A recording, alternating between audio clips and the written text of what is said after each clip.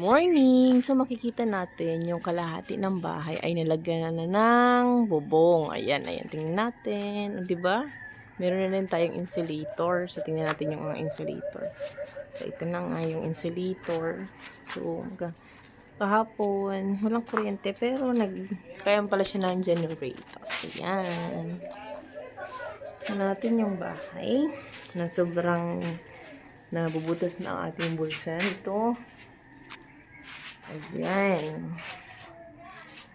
Natin dito. So, dito tapos na siya mag-finish. Okay. Finish na talaga siya dito. So, ayan.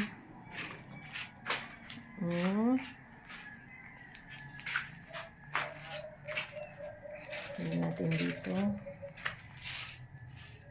Ayan. Finish na nga talaga siya. Ang ganda. So, dito naman. Mamaya, ito naman yung gatapusin nila. So, ayan. Ang ganda.